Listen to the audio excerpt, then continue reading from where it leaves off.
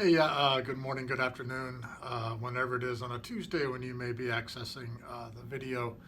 Uh, I might be a little bit brief this week, or I may go on a little bit longer, I don't know. I'll try to be brief. Uh, we're going to be, you need to finish reading for this week, week seven. I guess back up week six. I just took a look. I've had a busy week, so I didn't really get a chance to get into your discussions as much as I normally would earlier in the week than I would like. But I have taken a look at them real quick here over the last couple of days, and I've noticed that you guys, you seem to be, I guess from what I've read anyway, people seem to be enjoying the more fictional aspects, I guess, of Silko in terms of of a book club reading of the book. I think people are sort of enjoying maybe the style and the structure of Storyteller in a way that's quite different than Eastman. I think that how Silko chose to tell her life story in the context of her people, the Laguna, I think is radically different. I don't think I've ever read an autobiography or an autoethnography that constructs her story in quite this way. So I've always been appreciative and enjoyed teaching this book. And and from what, at least from what I can see anyway, folks have seem to be enjoying it as much as I do. You will need to read it. I realize it's kind of a fast pace, but it's just the way the course is sort of set up. You will need to sort of complete reading all of Storyteller by week by the end of this week, and you will have a response paper that'll be due sort of the following week. As always, if you need to push that response paper due date out a little bit, that's okay. Just communicate with me beforehand so that I know to expect it late, and we'll deal with that accordingly. I guess backing up too, because I haven't spoken with you guys since I sent out your. I think everybody, those who completed the response paper, I think a lot of folks did a really good job. I'm always impressed with the level of analysis and the level of thought. I only ask for 2 pages, and I do that because I know that people will always inevitably write at least 3, sometimes 4 pages, and that's fine too to write more. Some people write even more than that. 2 pages, is the minimum requirement for the paper. And just because I want to get people thinking, and through the act of writing, I want them to sort of formulate their thoughts and ideas about, whatever it is that we're writing about. And I think people did a really good job of that this past week. But again, you're going to need to write another response paper fairly quickly. I hope that you get a sense after writing the first response paper about where my expectations are. And those will not shift throughout the semester. So you will have another response paper due at the end of this week 7. It's a little bit quick, and it's quicker than I normally like to do it, but it's just the way the semesters work out, especially in the spring, where we're kind of pressed for time because we have the week off. But what I might want to talk about real quick, you're going to need to read Linda Krumholtz's article, and there's a section in there where she starts talking about Hirsch's reading of Storyteller, and people like to break this book out into, you see me looking to the left here, into about 6 sections, I think. And it's a good way to sort of, and the book is also written, there's a lot to be said about the structure of this book, and we could talk about it, it's just sort of infinitely. But there's a couple of, there's the first half of the book, I think, until you get to the poem A Long Time Ago, which is right about in the center of the book or so. Many of the stories are difficult. They're about stories of struggle. They're about stories of drought. They're about stories of the things that people need to do, sacrifice by individuals in order so that the community may go on. There's a lot of harsh lullaby, I think, is one of the most saddest, most beautiful stories that I've ever read in my life. And I don't think anything has ever really captured in some ways, trauma, I guess, or the struggle that Native people have sort of endured to sort of continue here within this part of the world. And so many of the stories in this first section of the book are the more difficult ones to read through. And then you get to the center poem, and I think that the book takes a distinct turn, and many of the stories begin to be more about renewal. And other people, I'm not the first person to come up with this reading, the critic Bernard Hirsch comes up with it first, and like through the first section of the book, essentially survival, let's say pages 1 through 53 is survival. And then you get a section called the Yellow Woman stories, which is these very strong female-centered characters who are strong-willed, these free and independent individuals who will live their life according to their own sort of moral centers, and who do not need to abide by any sort of moral judgment by anyone else, and who sacrifice greatly for the betterment of the people. Those are the Yellow Woman stories, and those run like about page 54 to 99. And then you have the drought section, I think, which runs from about page 100 about page 157. The poem Long Time Ago sort of centers there in the drought. And then you get to the rain section, I think, which starts around page 158 to page 186.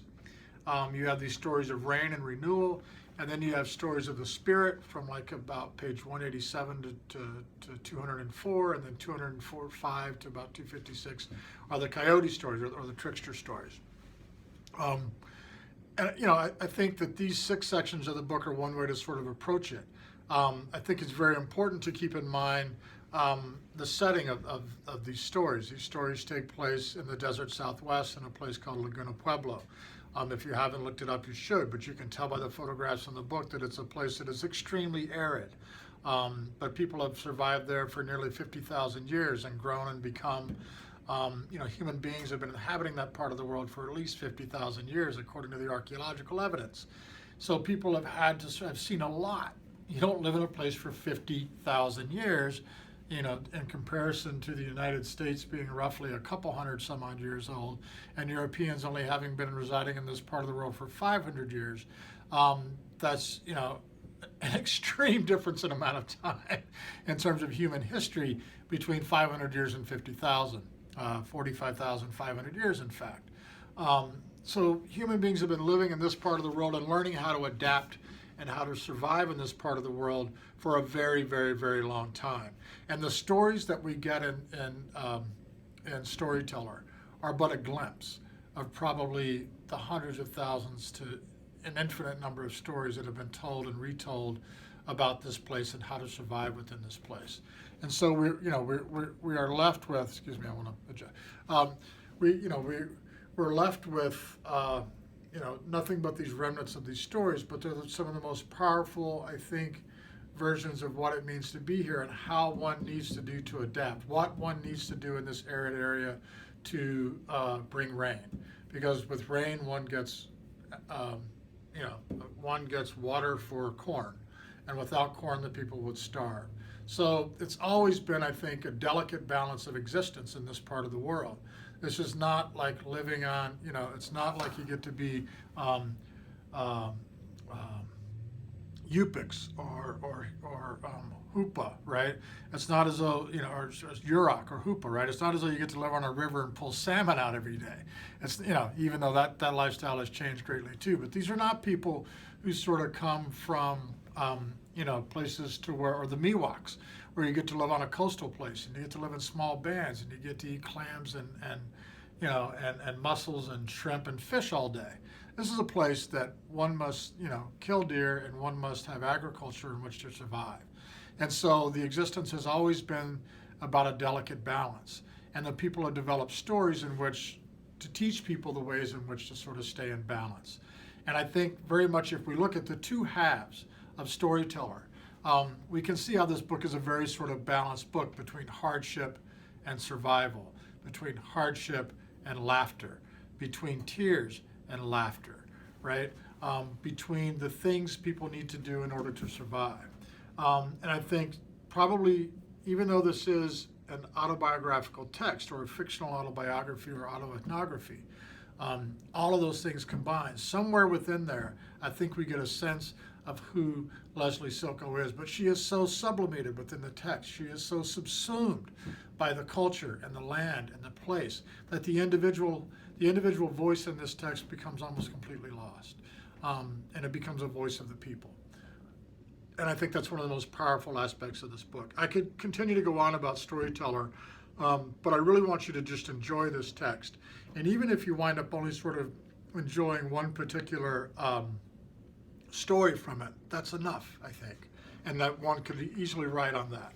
I ask you, and I sent an announcement out about this earlier to, when response papers will do, I'll try and go ahead and sort of give you a vague idea as to what the response paper will be about so that you can read somewhat intelligently. But if you follow along, if you do the discussions, if you do, the journal exercises and stuff, all of that should feed towards your having a response paper just about ready to go by the time it's ready to be written. At least the thoughts and ideas would have been there. So for your response paper for this, I just want you to kind of do, we're about halfway, coming up on halfway in the semester.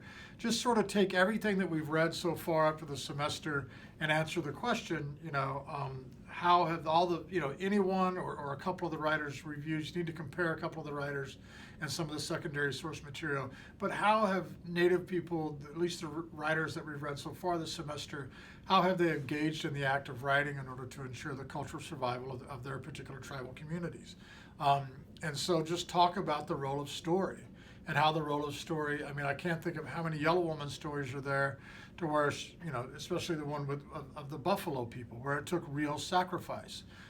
It takes women becoming independent. It takes women leaving the home. Women, some may say leaving their family, some may say abandoning their family, but it takes that type of sacrifice in order to do the types of things that people need to do to ensure the survival of the people. So it's the remembering of these stories and how people have engaged in the act of writing to make sure that these cultural elements, that these stories remain. And it's not as though these stories stand in for culture. These stories are not in any way cultural artifacts of the Laguna or cultural artifacts of the Ojibwe or cultural artifacts of the Dakota.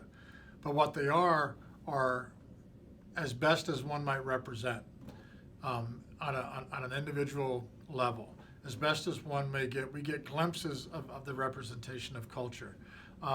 And because it's impossible to ever completely, have these sort of cultural artifacts because cultures are always changing and the artifact becomes artificial, I think, rather quickly. I'll leave you with that. And if you have any questions at all in terms of the response paper, just send me an email. I'm happy to answer.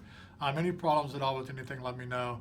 I just want to say everybody's doing, just a fantastic job in the course, and just keep up the good work. We're about halfway there in the semester, so don't lose pace. Keep up with the work, and everything will be great by sometime in May, whenever we're done with all this. All right, thanks so much, and we'll talk to you next week. Yeah, watch out.